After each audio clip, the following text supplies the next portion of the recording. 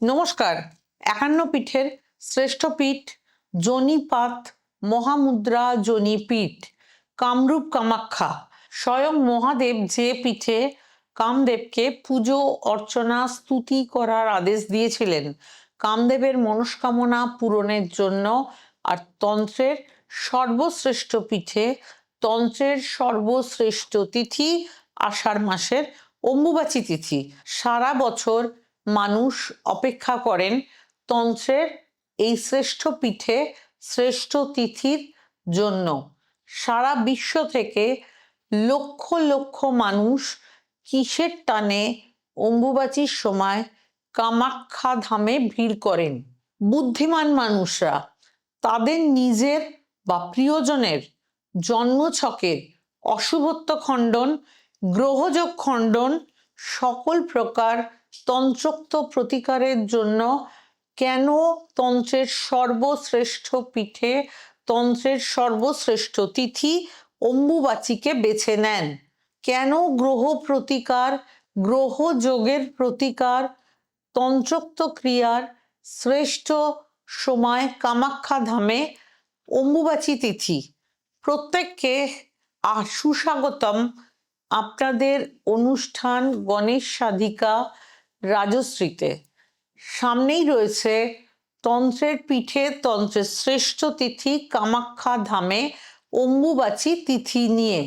দেবী সতী দেহত্যাগ করলেন। প্রজাপতি দক্ষরাজের যজ্ঞভূমিতে সতীর বিরহে দেবাদিদেব ক্রুদ্ধ এবং পাগল প্রায় মহাদেবকে শান্ত করতে বিষ্ণু তার বিষ্ণু চক্রে সতীর দেহ খণ্ডিত করলেন ৫১ খণ্ডে। প্রত্যেকে খণ্ড যেখানে যেখানে পড়েছিল সেখানেই একটি করে সতীপীঠ হলো। প্রত্যেক সতীপীঠ এক একটি মহাতীর্থ, আর সমস্ত সতীপীঠের তীর্থের তীর্থচূড়ামণি যোনিপীঠ কামাখ্যা, যেখানে পড়েছিল দেবীর সতীর মহামুদ্রা যোনিদেশ। সতীর যোনি দেশ পড়ে তা তৎক্ষণাৎ পরিণত হয়েছিল শিলায়, আর সেই যোনিতেই বিরাজ করেন দেবী কামাখ্যা। যোনিদেশ পড়ায় পর্বতের বর্ণ হয়ে যায় নীল, আর সেই থেকে কামাখ্যা পাহাড়ের অপর নাম নীলাচল বা নীল পর্বত। কালিকা পুরাণের মতে ৩টি পর্বত শৃঙ্গ নিয়ে নীলাচল বা নীল পর্বত। পূর্ব দিকে ভুবনেশ্বরীর মহাপীঠ, সেটি ব্রহ্ম পর্বত। মাঝে মহামায়া সতীর যোনিপীঠ, সেটি শিব পর্বত। আর পশ্চিমে বিষ্ণু পর্বত, অর্থাৎ ৩টি পর্বতশৃঙ্গ ধারণ করে রয়েছেন ব্রহ্মা বিষ্ণু মহেশ্বর। কুঞ্জিকা তন্ত্রের ৭ম পটলে বলা হয়েছে ভক্তের সর্বকামনার অনুরূপ ফল লাভ হয়, শীঘ্রই হয়। এই পবিত্র পীঠের নাম কামরূপ কামাখ্যা।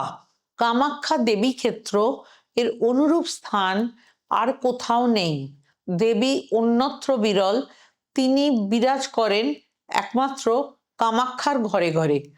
প্রত্যেকটি কোণে, প্রত্যেক স্পর্শে সতীর দেহত্যাগের পর মহাদেব হিমালয়ের গভীরে ঘোর তপস্যায় আত্মমগ্ন হয়ে থাকতেন। ব্রহ্মার বলে বলিয়ান নরকাসুরের অত্যাচার অতিষ্ঠ হয়ে উঠেছিলেন স্বর্গরাজ্যের দেবতা এবং মর্ত্যলোকের মানুষ। দেবতারা শরণাপন্ন হলেন ব্রহ্মার। ব্রহ্মা বিধান দিলেন একমাত্র নরকাসুরকে বধ করতে পারেন মহাদেবের ঔরস হতে উৎপন্ন সন্তান।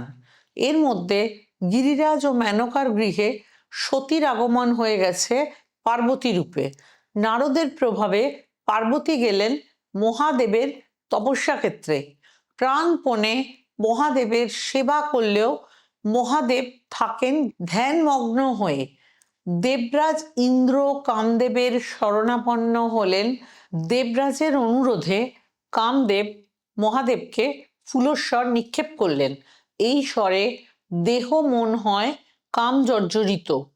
ধ্যান ভঙ্গ হয়ে ক্রোধে ফেটে পড়লেন মহাদেব। তার তৃতীয় নয়নের আগুনে ভস্মীভূত হলেন কামদেব। পার্বতীর তপস্যায় মহাদেব তুষ্ট হলেন, পার্বতীকে বিয়ে করলেন। কিন্তু মহাদেবের বিবাহ বাসরে দেবতারা উপস্থিতি হলেন, সঙ্গে কামদেব পত্নী দুঃখিনী রতি দেবী কামদেবের ভস্য নিয়ে অঝরে কাঁদতে লাগলেন। ভগবান বিষ্ণু ছাড়া সকল দেবতারা মহাদেবের কাছে কামদেবের প্রাণ ভিক্ষা চাইলেন। মহাদেবের করুণা দৃষ্টিতে প্রাণ ফিরে পেলেন কামদেব। কামদেব প্রাণ ফিরে পেলেন বটে, কিন্তু ফিরে পেলেন না পূর্বের স্বরূপ। পূর্বের রূপের জন্য মহাদেব স্তুতি ও প্রার্থনা করলেন। মন দিয়ে শুনুন। তখন মহাদেব বললেন, ভারতবর্ষের ঈশান কোণে রয়েছে নীলাচল পর্বত, যেখানে সতীর শিলায়িত যোনি মুদ্রা গুপ্ত রয়েছে। ওই পর্বতে গিয়ে দেবীর মহিমা প্রচার, পুজো অর্চনা করলে ফিরে পাবে পূর্বের রূপ। মহাদেবের নির্দেশে কামদেব সঙ্গে স্ত্রী রতি দেবীকে নিয়ে এলেন নীলাচল পর্বতে। যোনি পীঠে আরম্ভ করলেন স্তব স্তুতি পুজো পাঠ। প্রসন্ন হলেন মহামায়া কামাখ্যা।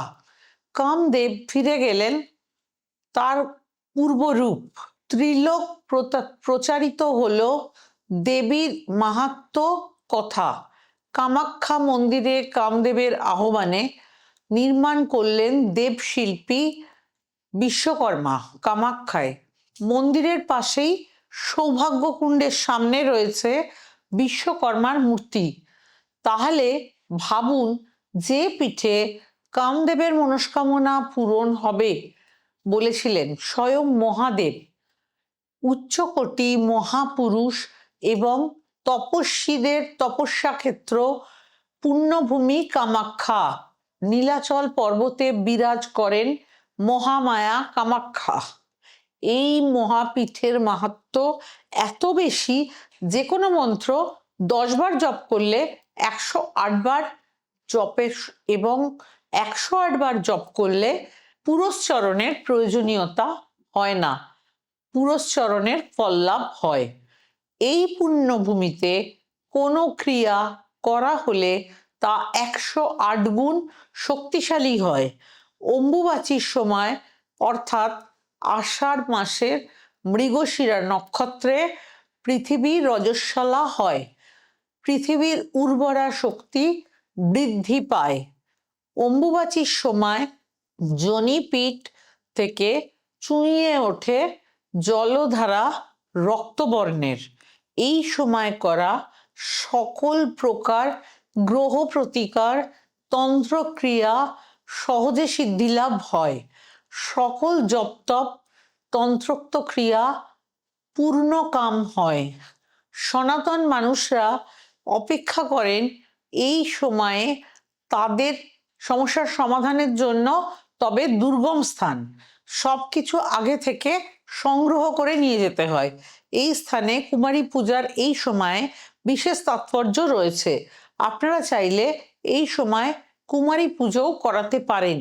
মনস্কামনায় যারা দীর্ঘদিন ধরে সমস্যাগ্রস্ত, তারা কাজে লাগান তন্ত্রের সর্বশ্রেষ্ঠ পীঠে, তন্ত্রের সর্বশ্রেষ্ঠ তিথিতে।